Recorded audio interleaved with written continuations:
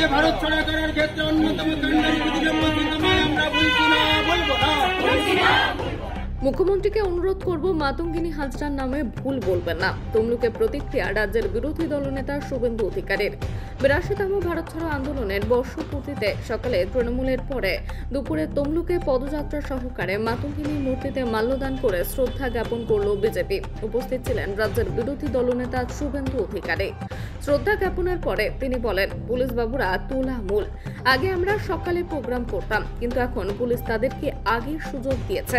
আমাদের দুপুরের সময় দেওয়ায় আমাদের দেরি হচ্ছে। মুখ্যমন্ত্রীকে অনুরোধ করব মাতঙ্গিনী হাজরার নামে ভুল বলবেন না। এর পরের বার যখন শ্রদ্ধা জ্ঞাপন করবেন তখন শহীদ হওয়ার জায়গার নাম ভুল বলবেন না, পিছাবনি না বলে তমলুক বলবেন। এরপরে তিনি বাড়িকুলের উদ্দেশ্যে রওনা দেন। এখানেও থেমে থাকেননি। অভিযোগ করেন রীতিমতো হাইকোর্ট করে বাড়িকুল মিছিলে সম্মতি আদায় করতে হয়েছে। মাতঙ্গিনী হাজরা শহীদ হয়েছিলেন। আমরা প্রত্যেক বছর 9ই আগস্ট পালন করি তমলুকের বানপুকুরে, এবং গোটা ভারতবর্ষ জুড়েই পালিত হচ্ছে।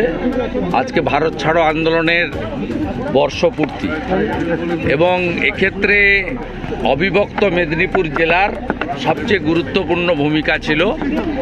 আজকের এই আন্দোলন শুরু হয়েছিল সর্বাধিনায়ক সতীশবাবু, সুশীলবাবু, অজয়বাবু, রজনীবাবু, মা মাতঙ্গিনী হাজরা এদের উদ্যোগে, এবং এর ফলশ্রুতিতেই 17ই ডিসেম্বর 1942 তাম্রলিপ্ত জাতীয় সরকার প্রতিষ্ঠা হয়েছিল, যে সরকার 22 মাস 17 দিন ধরে সমান্তরাল সরকার হিসেবে কাজ করেছে, এবং যে সরকারকে ব্রিটিশ অর্থশক্তি, পেশি শক্তি, রাজশক্তি দিয়ে দমাতে পারেনি, যে সরকার গান্ধীজির আহ্বানে আত্মসমর্পণ করে সরকারকে অবলুপ্তি ঘটিয়েছিল 1944 সালে।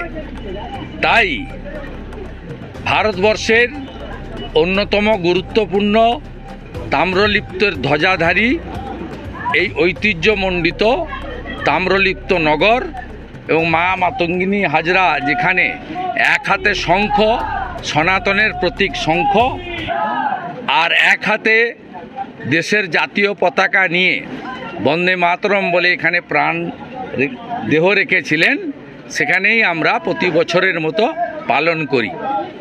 এখানে এইসব কাজেও পুলিশের বাধাদান হয়। আমরা বিগত দিনে সকালেই করতাম, কিন্তু পুলিশ বাবুরা তোলামূল, তাদেরকে আগে সুযোগ দিয়েছেন, আমাদেরকে একটা সময় করতে বলেছেন। তাই আমাদের দেরি হয়েছে, এখানে এসে আমরা কর্মসূচি পালন করলাম। আর মাননীয় মুখ্যমন্ত্রীকে বলবো, আপনি দয়া করে মাতঙ্গিনী হাজরার শহীদের জায়গার নাম ভুল বলবেন না। আপনি পিছাবনি বলেন, আপনি যথেষ্ট সম্মানীয় একটা প্রশাসনিক কর্ত্রী আমাদের রাজ্যের, শুনতে খুব খারাপ লাগে। আপনি দয়া করে এর পরে মা মাতঙ্গিনী হাজরাকে শ্রদ্ধা জ্ঞাপনের সময় নয় আপনি তার শহীদের জায়গাটা বলবেন না, যদি মনে না থাকে, আর যদি মনে থাকে সেটা যেন তমলুক এবং বানপুকুর এইটা উচ্চারিত হয়, পিছাবনি নয়।